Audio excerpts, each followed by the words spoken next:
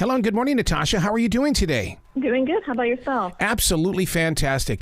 I got to thank you for this book in so many different ways and reasons. And first of all, I wish I would have had this book when I was a kid. But the thing is that I've always grown to love rocks, period. So the grief rock to me proves everything that I believe in, that rocks tell stories. So inside the grief rock, which you're presenting, you're giving us a story, a better way to understand the weight of the world inside of our own hearts.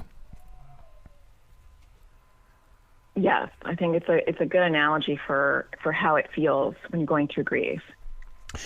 What led you to this? Because, I mean, you don't use the D word in this book at all. You talk about the grief. You talk about all the different changes that we all go through, especially our little ones. And sometimes, I mean, when my father and my two grandmothers passed away all within 1 month, I didn't have a book like this that I could go to and understand what was going on. Yeah, I think that grief in and of itself is a hard thing to adapt to. So, a lot of books talk about dying and death, but It's really the grief sometimes that is hard to navigate. And I came up with the grief rock. I wasn't planning on writing a book. It was just from my own experience. When my husband suddenly passed away, it felt like a boulder just cracked our foundation in our house. Mm-hmm. And I needed some way to talk to my kids about it, to make sense of what we were experiencing and why everything felt upside down. You know, you're talking about the different changes that you were going through. I can't imagine one of the things that you went through is the way that people around you start treating you differently. And it's like, stop, I'm still the same person. I understand that I've got this weight on me now, but we've got to stop. Yeah, it's really interesting how people interact with you. Some people come out of the woodwork and you're like, who are you? Where have you been? And then other people who maybe were close to you will treat you like you have the plague. And so my kids lost some friends when they were going through grief because maybe they weren't fun anymore, or it was uncomfortable to be around them. Some neighbors, would kind of go inside when they would see me, and so I'm laughing now. It's been almost 3 years, but it's very overwhelming when you're going through it, to understand that people are going to treat you differently as well. And treating yourself differently as well. Because, I mean, when it comes to grief, I mean, it can get in there and it can affect your health as well as your welfare. Yeah, there is so many physical aspects of grief. And that's kind of what I talk about in the Grief Rock, the book, because that was actually one of the harder parts for me to navigate, was the physical aspect. Like, my chest physically hurt. I could not eat. Everything tasted like cardboard. I could not sleep. My sleep cycles were all messed up. And that's not an adult problem. My kids were struggling with that too. And so understanding the physical aspects of grief and how it impacts your body is really helpful to normalize that and say, you're not going crazy. This is a common experience, and this is what it feels like. One of the things that you covered that because a lot of people would just say, or my father would say, come on, stand up, put your big boy pants on. But I love the way that you go, hey, look, basically, you need to embrace the fact that this rock is going to be with you. Everything that you do, from your eating to your sleeping to just having fun, you're going to carry that with you. And as much as we want to shake it off, it just allow it to be a part of your presence. Yeah, there is this societal pressure of, this bad thing happened, let's move past it so that you can be better again. And really, it's about embracing the grief, because it will find you no matter what. And it does partner with you. It's there on the playground, or it's there with you at work. It's there when you're eating. It's there when you're sleeping. And so it is learning how to have a relationship with this grief, with this rock. Sometimes it's a pebble. Sometimes it's a boulder. And it's so big because your love was so big. And so understanding that this relationship with grief is partly because you love so deeply, that you are feeling this so deeply.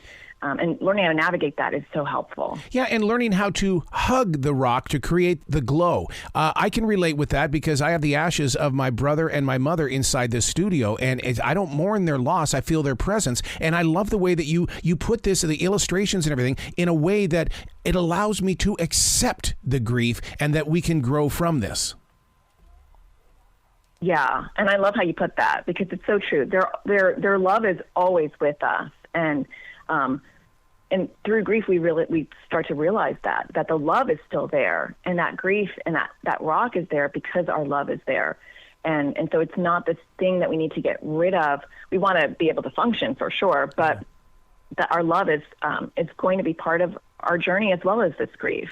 What I don't want is parents to get this book when their child is grieving. What I want them to do is get it now so they can prepare the child's heart. And the reason why I bring that up is because I read a book from the Dalai Lama that was called The Art of Dying. I am so prepared for that moment because I took the time as an adult to read about that moment, to study it, to accept it. I mean, how do you feel about that? I mean, when is the best time to give this to a child? Yeah, and I love that book. That's a great book. I agree with you. I feel like if my kids, you can never prepare for grief, but if my kids knew that this is the experience of grief, and if it was part of our education, that, you know, along with all the other books, we have books on, you know, the grieving process, because it's going to hit every single one of us. It prepares people. And I also think it prepares people to be more empathetic, that, oh, you have a schoolmate that is going through grief. This is what they're experiencing. Or you have a colleague or a friend. This is what they're experiencing.